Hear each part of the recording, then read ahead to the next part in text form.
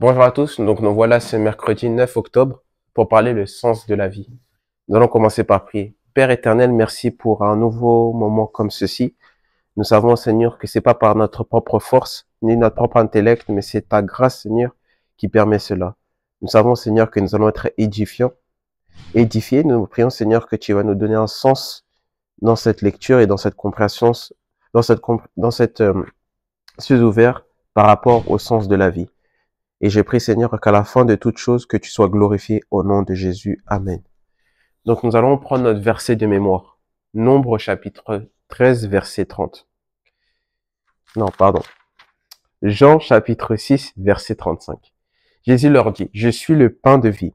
Celui qui vient à moi n'aura jamais faim. Et celui qui croit en moi n'aura jamais soif.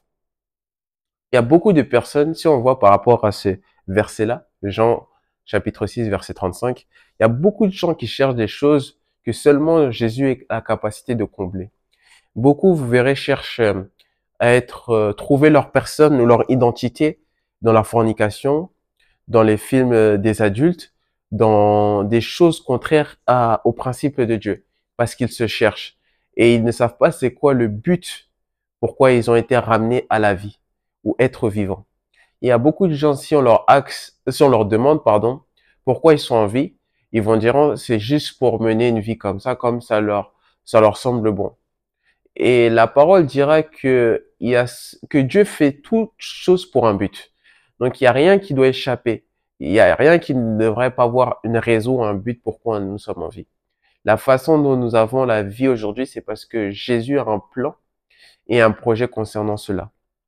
Notre Père dira, beaucoup de gens ont cherché à découvrir le sens et l'essence de la vie. J'ai découvert que la seule chose qui donnait un sens à la vie est une relation avec Jésus-Christ.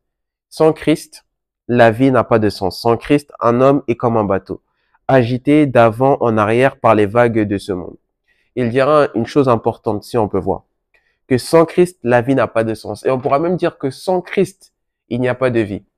Parce qu'il dira, je suis le chemin, la vérité et la vie. Dans Jean 14, verset 6. C'est-à-dire que pour avoir la vie, il faut avoir Jésus. C'est-à-dire qu'une personne qui est morte, c'est une personne qui n'a pas Jésus. Je parle à des croyants, effectivement. Je parle pas à des gens qui sont dans le monde ou païens. Je parle à des gens qui savent leur identité en Christ. Parce que beaucoup de gens cherchent à savoir ou à combler un vide que seulement Jésus a la capacité de remplir ce vide. Il verra, je veux accroître, mais je veux que vous diminuez. Et il a la capacité d'accroître seulement si on diminue. Parce que Dieu n'est pas quelqu'un qui gaspille et c'est un Dieu responsable. Donc à chaque moment que Dieu fait ces choses-là, c'est pour un but. Donc le sens de la vie, c'est d'avoir Christ en tant que personne spirituelle et en tant que chrétien. Parce que si on n'avons pas Christ, nous n'avons pas de vie. Et il n'y a aucune raison qu'on ait la vie s'il n'y a pas Christ. Parce que c'est lui qui nous ramène la vie. Donc nous allons continuer. Il dit que pour poursuivre une variété d'objectifs personnels, amasser des richesses, réussir dans un domaine ou l'autre, ou gagner du plaisir dans une chose ou une autre, mais bientôt il découvrira que toutes ces choses sont tous momentanées et insatisfaisantes sans Christ. On peut voir, on peut amasser tout l'argent, on peut chercher à avoir des grandes relations avec beaucoup d'hommes qui ont une notoriété importante, mais toutes ces choses-là vont partir à un moment donné. Et il dirait qu'il y a des choses qui vont subsister. Il dirait que les choses invisibles sont permanentes. Donc quand on cherche une voiture, c'est très bien. On aime les bonnes choses en soi en tant que chrétien aussi, mais il est important de chercher ce qui va durer dans le temps. Et c'est quand notre esprit est fortifié, quand notre esprit est fort et vaillant. Parce que on n'attaque pas toutes ces choses par des voitures, par des montres, par des sacs. On attaque des choses vraiment par les armes qu'on a spirituellement. Parce que toute cette vie qu'on cherche à avoir, c'est afin de refléter Christ, afin que Christ soit vu. Il dit, pour moi, vivre, c'est Christ et mourir pour moi est un gain. Donc, on voit que même par ce verset-là, vivre, c'est Christ. Donc, ça veut dire que si nous vivons, c'est parce qu'il y a Christ qui nous attache et qui a pris place dans notre cœur. Donc, il est important que nous puissions être attachés à cette personne qui a la capacité de nous donner toutes sortes de choses, compréhension, connaissance, et qui nous édifie par sa parole, par tout ce qu'il fait. Et c'est important qu'on soit connecté à lui en toute saison et en toutes sortes de choses. Il dira que Ecclésiaste chapitre 5 verset 10 dit que l'argent ne satisfait pas. En Christ, vous avez tout ce dont vous avez besoin pour la vie et la piété. Et on verra cela dans 2 Pierre chapitre 1 verset 3. Il dira dans Éphésiens chapitre 2 verset 1 que l'apôtre Paul a fait référence à ceux qui n'ont pas Christ comme étant morts dans les offenses et les péchés. Et il a dit au verset 3 qu'il accomplisse les désirs de la chair. Et si quelqu'un a vécu assez longtemps, il ou elle aura découvert que les plaisirs de la chair n'apportent pas de satisfaction. Et il est important de savoir que, en fin de compte, ce dont les gens ont besoin pour avoir la joie qu'ils recherchent, c'est de satisfaire le désir ardent de se connecter avec le Créateur, le Seigneur Jésus-Christ. On voit qu'il y a quelque chose d'important si on voit que la joie. On peut être heureux, ce qui n'est pas mauvais, mais les circonstances font qu'on est heureux. La joie, il dira, la joie est ma force. Ça vient de l'Éternel. Donc si on est joyeux, c'est parce qu'on a l'Éternel, on a Christ qui est en nous.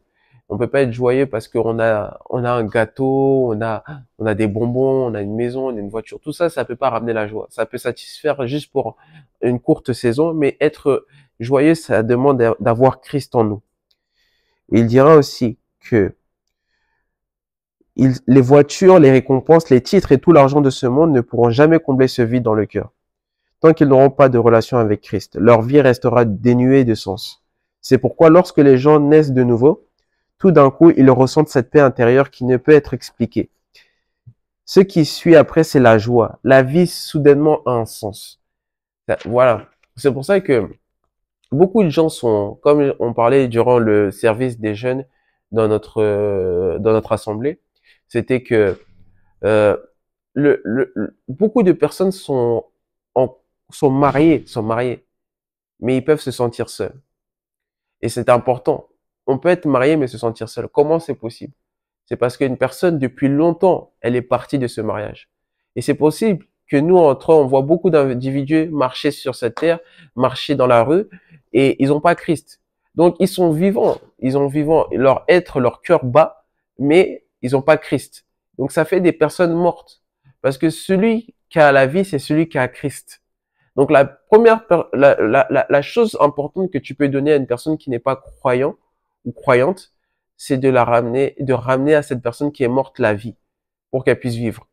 En tant que chrétien, on n'est pas égoïste. On partage ce qui peut avoir du succès ou ce qu'on appelle la réussite.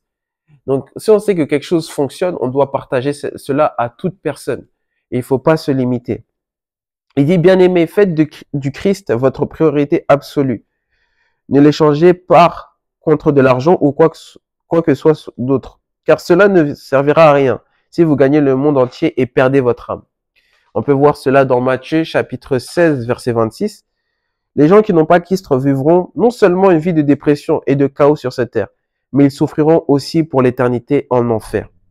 La pire chose à propos de l'enfer n'est pas le seul inextinguible et les vers immortels qui tortureront ses occupants. On peut voir ça dans Marc chapitre 9 verset 48.